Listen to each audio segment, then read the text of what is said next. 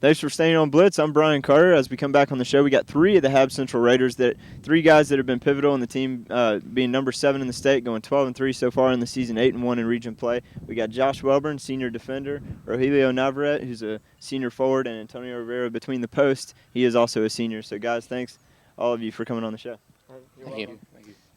Now, I'll start out just talking, Josh, talk about the preseason expectations. You had a huge turnover, talented players that leave last year, but you guys turn around and still have a strong showing this year. Talk a little about what your expectations were coming into this year after losing a group like that. Yeah, well, we had 2 players that went on to play D1 soccer, and we missed them a lot and stuff like that, but, we come out this year working hard like we always do, and we always lose great players every year, but we come back and work hard to do what we can, and, and we start working in October every year and work as hard as anybody to get ready for the season.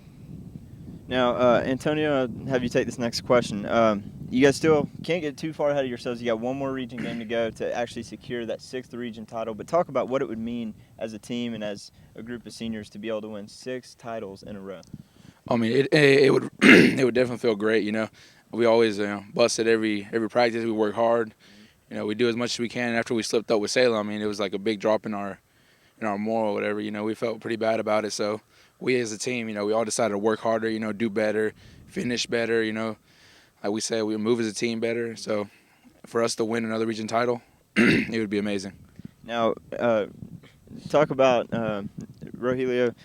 I guess bigger than winning the region title is being in state. And so Habersham's made state every year since 2005. So is there any added pressure? Does it kind of weigh on the team year to year when you got to kind of uphold that tradition?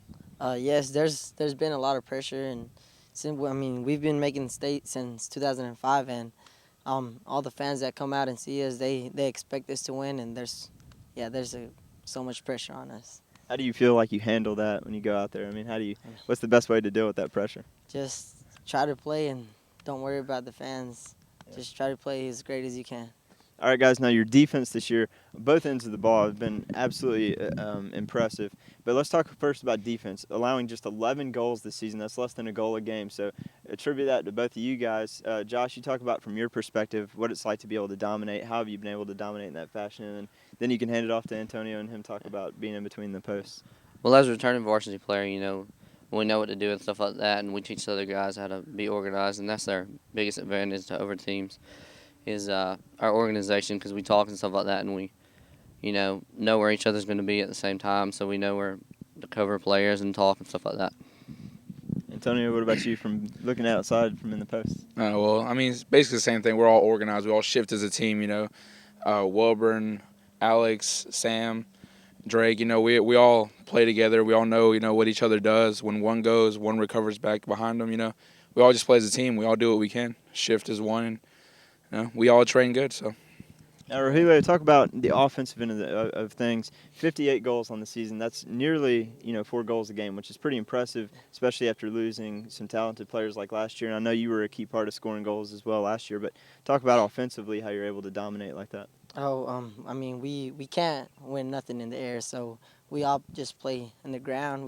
We have talented, fast players, and we all just try to ping it around and try to get one in the back of the net as much as we can.